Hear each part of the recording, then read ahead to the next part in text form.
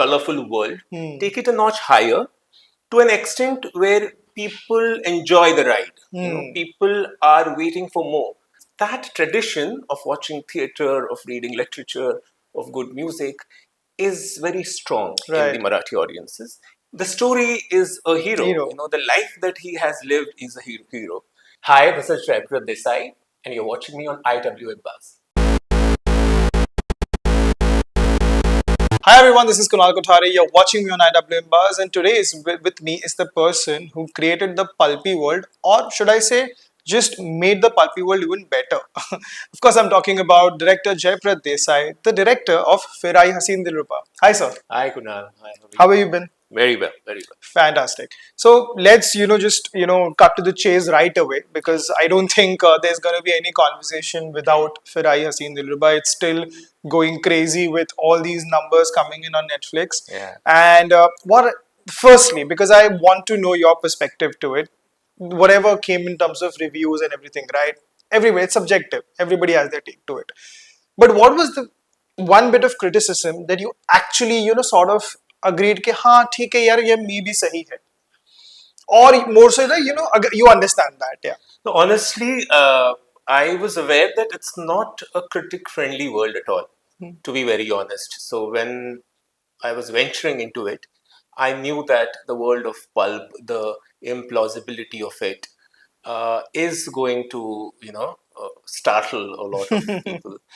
But that was also what attracted me to it, because having done something like a Kaun Hai Pravin Tambe before, or a Mukhbir before, this is not something that I would traditionally be associated with. Right, correct. Perception would not be, at least.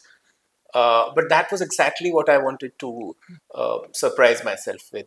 So it was a challenge that how do I inhabit this world, and what do I do out of it? Right. So what scared me actually attracted me to the world. Correct. But as I mentioned, the criticism part is subjective. In fact, they have been quite friendly. I mean, most of the critics have been quite upbeat about it, which is heartening, because as I said, I didn't expect that much. Nice.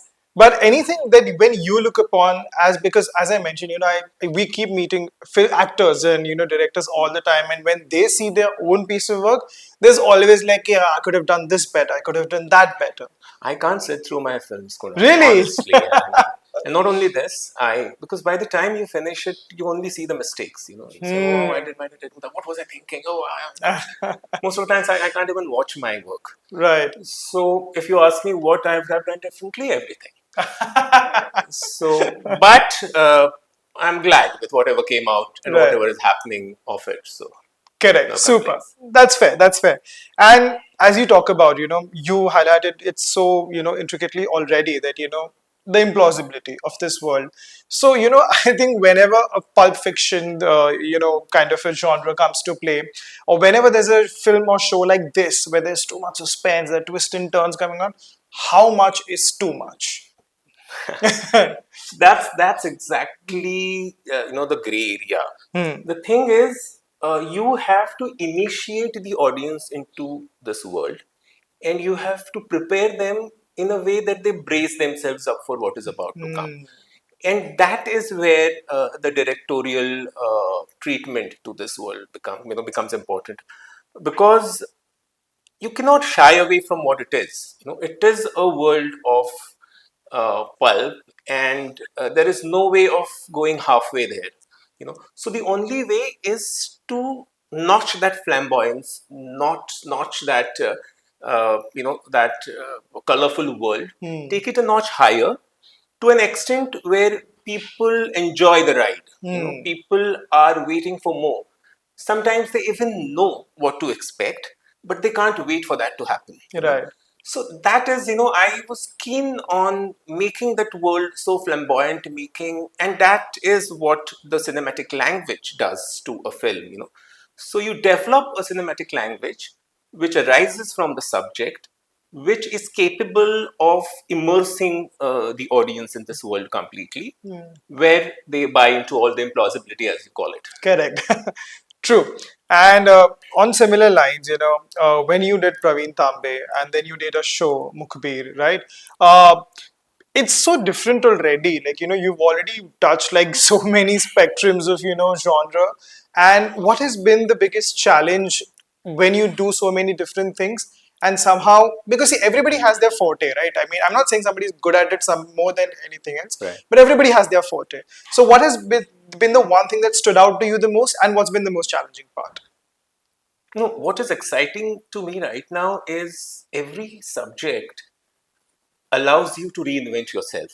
I think I'm at a stage where it is probably even too early to say what my genre is. I think Right. I have a very academic approach towards making films. I would like to understand that genre, immerse myself into it, and become what my film requires me to be. Correct. So Kaun Hai Pravin Tambe required me to be somebody. Mukhbir required me to be somebody else. And this required me to be somebody else, which was completely unlike of who I was. Right. But then that's what the challenge is. So I'm enjoying that space. And somewhere along the line, you also see that invisible filmmaker inside in you. But that's not for me to spot. That's for the audience and the people who are watching it. True, and we keep talking about Praveen Tambe, and the reason I say that is because it came at a time.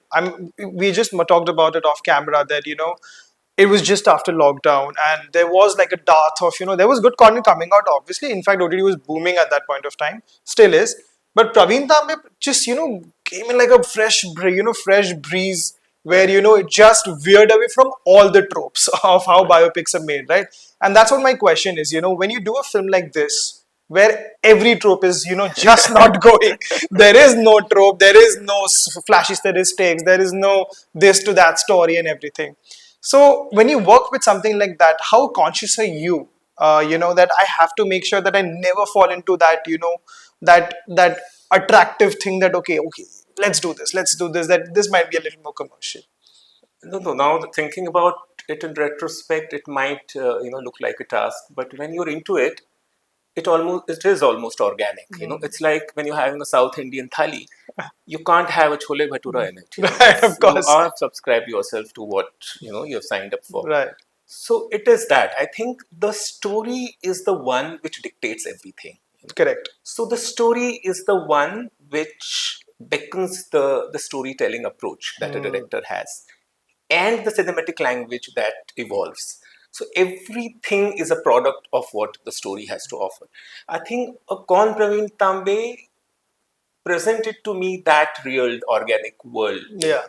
And the idea itself was, this is not a person who you know. In fact, the title itself was Kaun Pravin Tambe. Kaun hai? Exactly. Yeah, So exactly.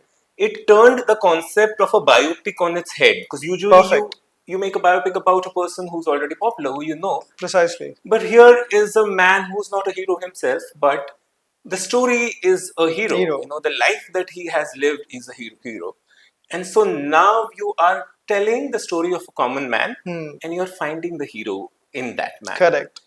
And when a person who watches it, he might not know Pravin Tambe, he might not follow cricket, but there is a Pravin Tambe in all of us. Yeah. That it beckons, no matter who you are. You might be working in a bank, you might be a writer, you might be a sportsman. But there is, that indomitable fighter inside Absolutely. you who never lets go, and knows that dreams don't come with an expiry date. Right. So Kaun Pravin Tambe was about that. And the simplicity of the world, the innocence of the world, called for the cinematic language that was deployed. This was completely different. So. Right. True. And a couple of questions in this context. One being that, we've mentioned about Praveen Tambe, we mentioned about Phir Aayi Hasseen Dillruba as well. You started with I'm assuming you're a Maharashtrian, right? Yeah. Exactly. You've done two amazing projects before you sort of ventured into this more commercial space. How do you look at the Marathi entertainment industry right now? Because lately there has been some fabulous films, out there, as well as dramas. I'm a watcher of that as well. I love watching Marathi plays. Wow. So I really find it interesting, especially Marathi, Gujarati, these regional, especially in the drama world, I'm saying, in the theater world. How is it? How do you look at it, the industry right now? No, I think the Marathi audience has always been a discerning, a very sensitive audience. I wouldn't say intelligent, because intelligence kind of gets sometimes a little bit theoretic and academic, which it is not. Of It is course. something. It is somebody who reacts on a very emotional level. Right. They have a tradition of theater which is very strong. So even today, there are families which go out to watch a play. Absolutely. There are a good number of plays which are running to packed houses even today. In fact, after the lockdown, it seemed a little bit difficult that are people going to come back to to the theaters to watch plays.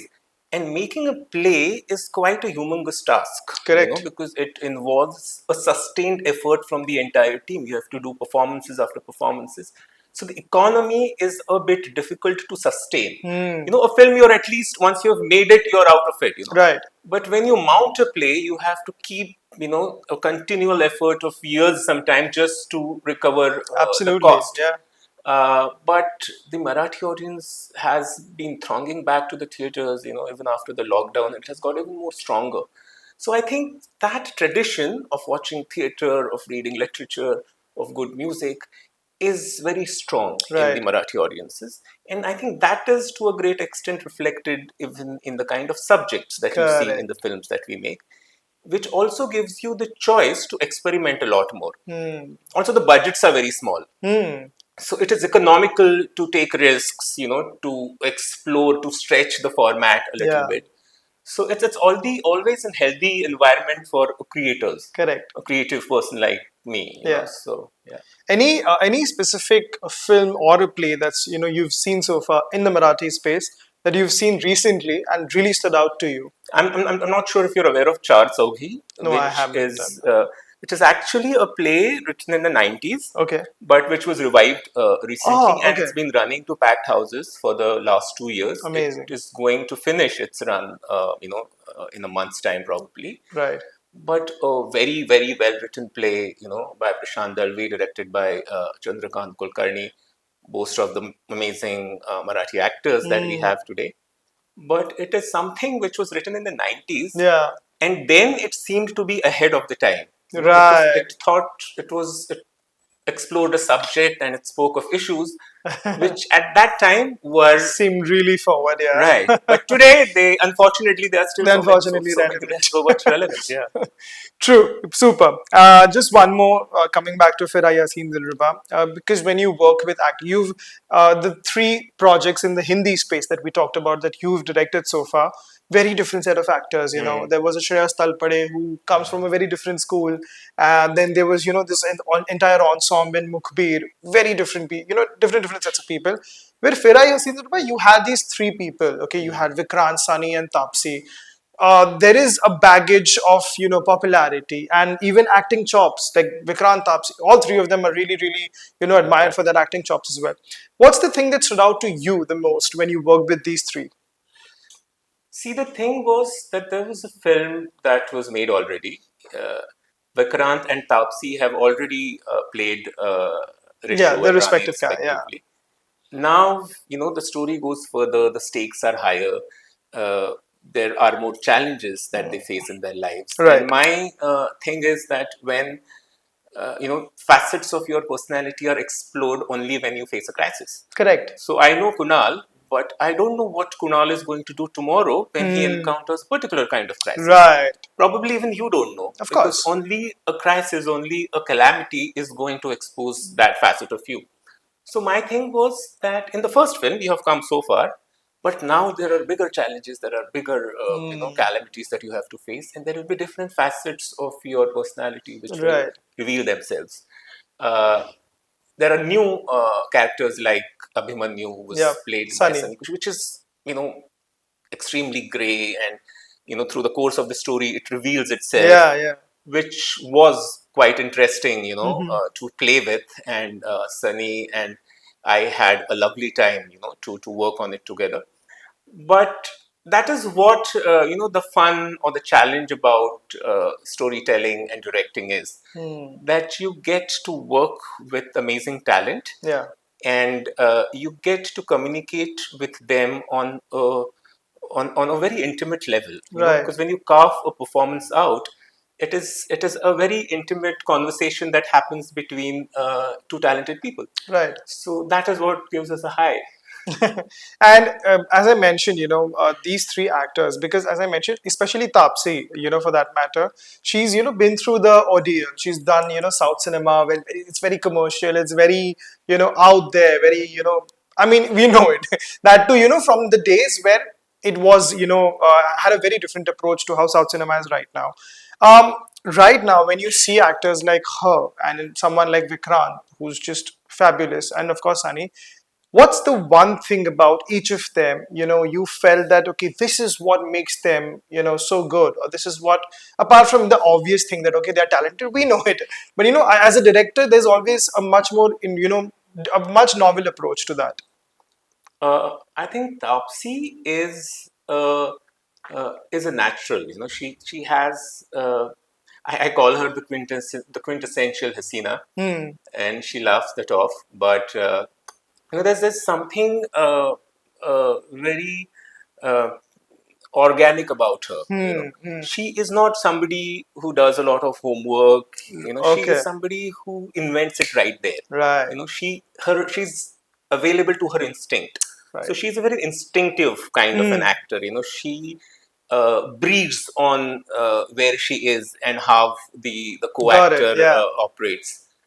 Vikrant, on the other hand, is more of a thinking actor. He has a kind of a graph in his mind. He kind of finds and places himself in the palette correctly. Right. For example, Rishu's is a role which didn't boast of excesses here. He was a silent protagonist. Yeah. And which was a little bit. It's a little bit difficult for an actor sometimes to map himself to something like this, because when there is somebody who's gray or somebody who's negative, there is always a tendency of he having more handle to play Right, with. right. Yeah. But Vikrant managed to shine using the silent strength Yep. of Rishu. So his power, the power of Vikrant, lies in his silence. Sunny, on the other hand, had a very nuanced role. As I said, it was something which unveiled itself slowly. So he had a lot of text to play with. Correct. Honestly, Yeah. it was author friendly, author Yeah, backed exactly. role. But yeah, I think everyone works from the areas where their strengths lie. Yeah, yeah.